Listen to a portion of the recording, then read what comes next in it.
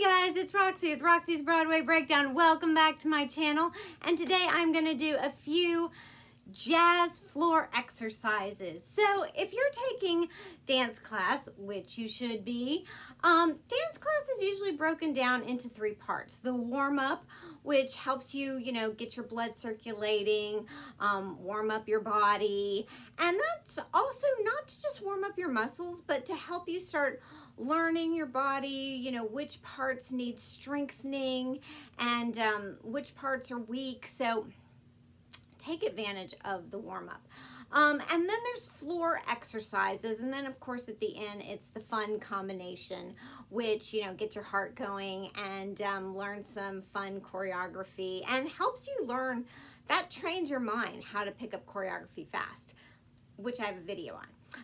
But also the dance floor exercises, which sometimes can be called diagonals. That's where you go one by one or, two by two, and it helps the teacher focus just on individual students and gives you some technique. That's where you get your core technique. And it helps you find out where your weaknesses are, your strengths, what you need to work on, helps you build your good core foundation in dance. And take advantage of that, because one, that's where a teacher can look at you individually and go, pull up here or look at this or point your toe. And so these are really good exercises for that. And I'm going to give you just a few today that you can work on at home, if you have a bigger room or bigger place to work on, or down a hallway. So let's get to it.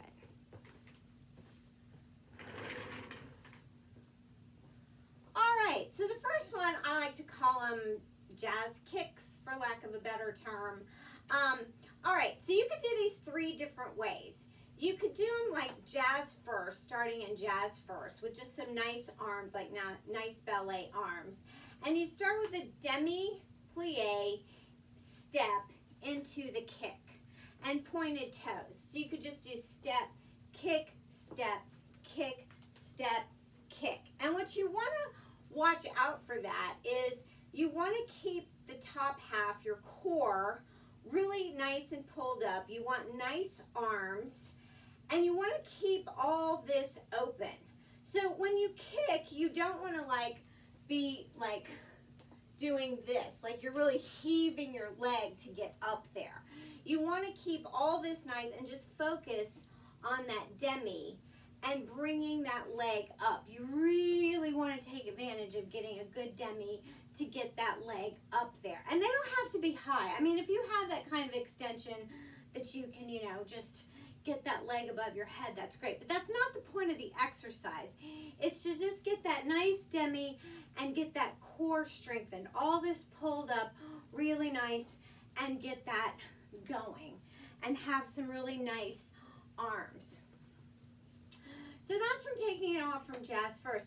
If you want to turn out from ballet first and do it from that way, you could do it that way.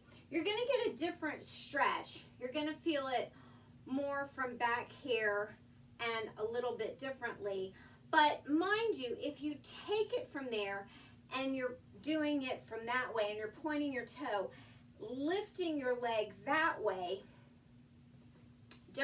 and you never from these want to grip it from your thigh. You always want to lift from the bottom. But if you do it that way, don't then start to torque in that foot. Don't start out that way and then on the kick up, twist in that foot, because then you're going to twist your hips in and you're going to shift all your alignment. And that's not the point of the exercise either. You never want to do that, because then you're going to get your body out of alignment. If you do it, you can also do it with jazz hands, since these are jazz kicks. So you could do it that way too, instead of, if you don't want to do traditional ballet arms where you have to keep shoulders down and everything, you can do, if this is easier for you to do with jazz hands, you can just do the jazz kicks that way.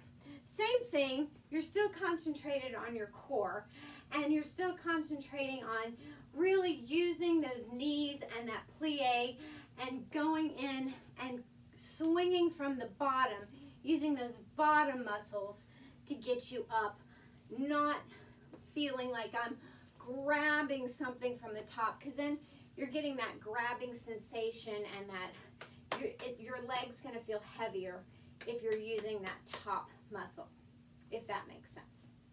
All right, next are chaîné turns. Now, chaîné turns, kind of like a 3-step turn, but chaîné turns are just a simple turn. And sometimes they just do them in a row all across the floor, just one right after another. You can just keep doing chaîné turns. I don't have much room to keep doing them. But what I like to do is do them from a demi position. You do one in demi, and then you switch to releve. So I usually like to do 2 demi, 2 releve, 2 demi, 2 releve. And on one side, like do it on your left, and then when you're coming back, do it on your right. Because you gotta, when doing turns, you have to make sure you're proficient on both sides. So that's a good exercise to, 1, make sure you're proficient on both sides, that you can do chaînés on both sides. And 2, it's a good change of balance to go from demi to releve, demi to releve, demi to releve. Also, this is another great exercise because you always have to do jazz pirouettes in dance, especially musical theater dance. So, I mean, really any kind of dance. But jazz pirouettes, and we always usually think of an outside turn, which is you going clockwise. But you also have to do inside turns. So, if you're doing a left jazz pirouette, that's on your left foot, turning clockwise. But a right inside pirouette is also turning clockwise. So some people get confused of my pirouettes outside and inside. But a right outside pirouette would be going counterclockwise, and a left inside pirouette would be going counterclockwise. So you have to be proficient in both directions on outside, inside pirouettes. And I think a really good exercise to doing both is you go across the floor interchanging them. So you start out with I'm going to start out with a left outside, and you do one, and you step right into an inside. And then you step, and you keep alternating. And that forces you to be completely balanced, stay on a straight line, and keep going, alternating between outside and inside. Because when you think about it, your leg has to be glued. So if you do this outside and you bam right into the inside, and now you're doing the inside, bam, now I've got to be right there for my outside.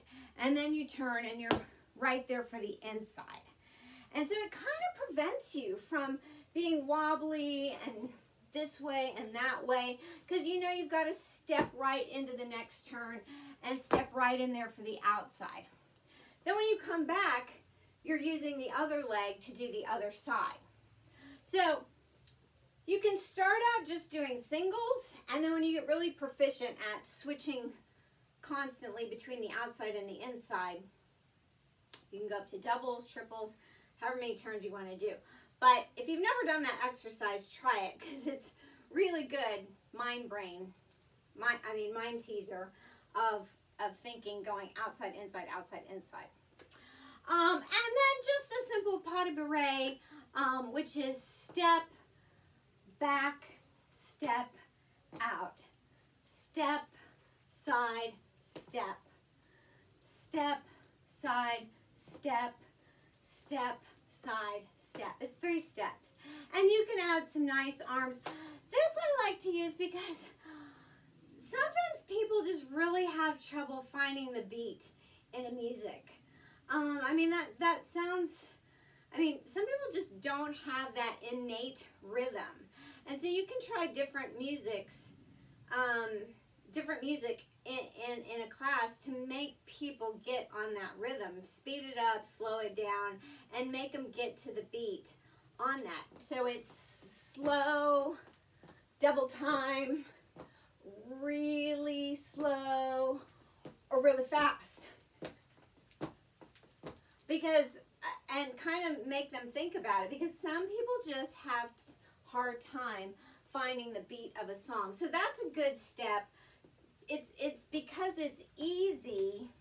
It's just 3 little steps. That's an easy step to make them find the rhythm of a song.